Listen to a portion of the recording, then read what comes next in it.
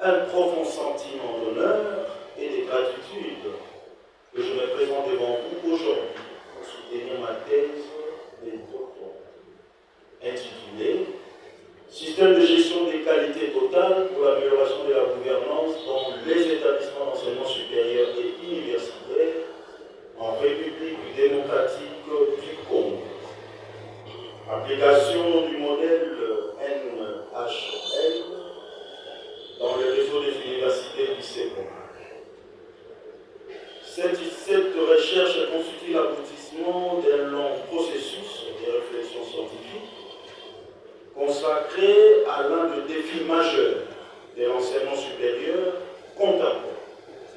La recherche d'une gouvernance universitaire performante, transparente et adaptée aux exigences de la société du savoir.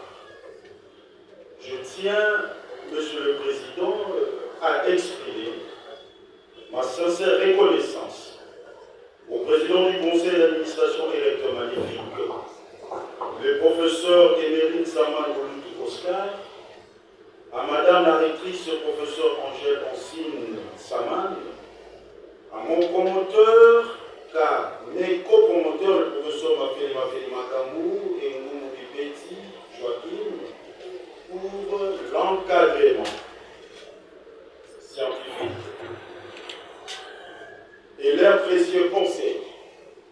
Mes remerciements s'adressent également au membre du jury pour l'attention qu'ils accordent à l'évaluation de ces travaux. Afin de faciliter la compréhension de notre démarche, notre exposé s'articule autour des 10 points essentiels. Le contexte 1. Contexte, la problématique et l'originalité de la recherche. 2. L'objectif et les hypothèses. 3. Le cadre théorique et méthodologique. 4. La structure générale de la thèse. 5. Le principal résultat obtenu. 6. La vérification des hypothèses. 7. Les apports scientifiques de la recherche. 8. Modèle intégré de la gouvernance proposée. 9. Recommandations et perspectives. 10. La conclusion générale. Contexte, la problématique et l'originalité. Cette étude s'inscrit dans un contexte où les établissements d'enseignement supérieur sont confrontés à des exigences croissantes de qualité, de performance, de transparence et de compétitivité. En République démocratique du Congo, administrative fortement bureaucratique, caractérisée par la centralisation des décisions. Exposerons ensuite la problématique qui a motivé notre recherche, notamment les insuffisances observées et des pilotages des institutions universitaires. Enfin, nous mettrons en évidence la contribution du management des qualités totales comme levier d'amélioration de la gouvernance universitaire au sein du réseau des universités du CEPOM. Face à cette situation, notre recherche a cherché à répondre à la question centrale suivante.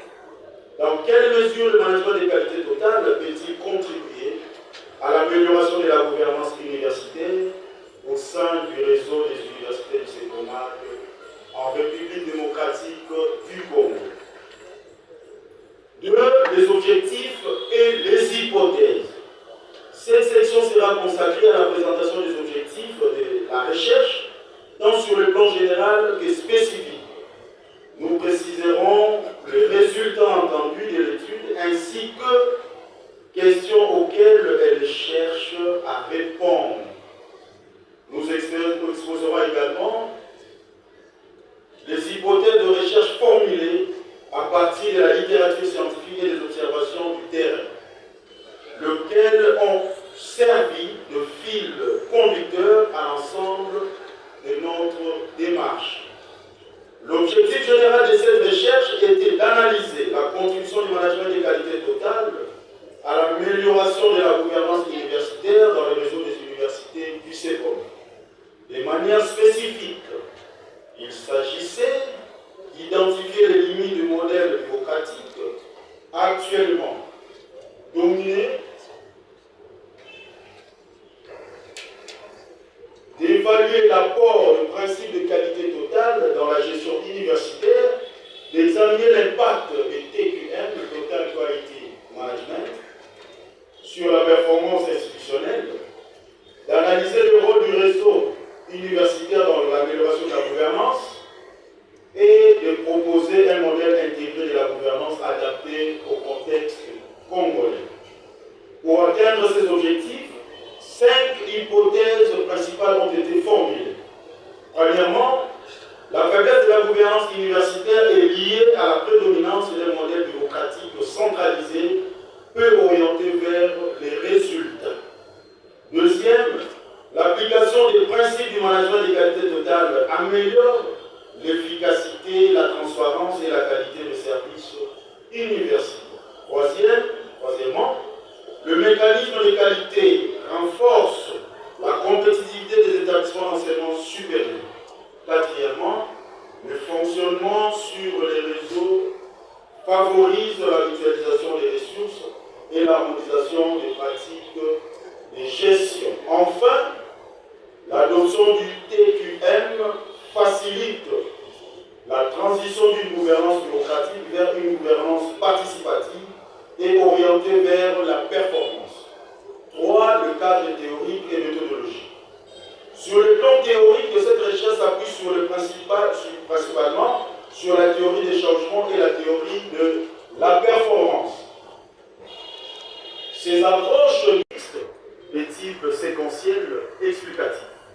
L'approche quantitative a reposé sur une enquête par questionnaire administrée auprès des étudiants, enseignants, des membres du personnel administratif. Et la qualitative a été menée à travers doyens, secrétaires généraux, académiques et responsables de la qualité.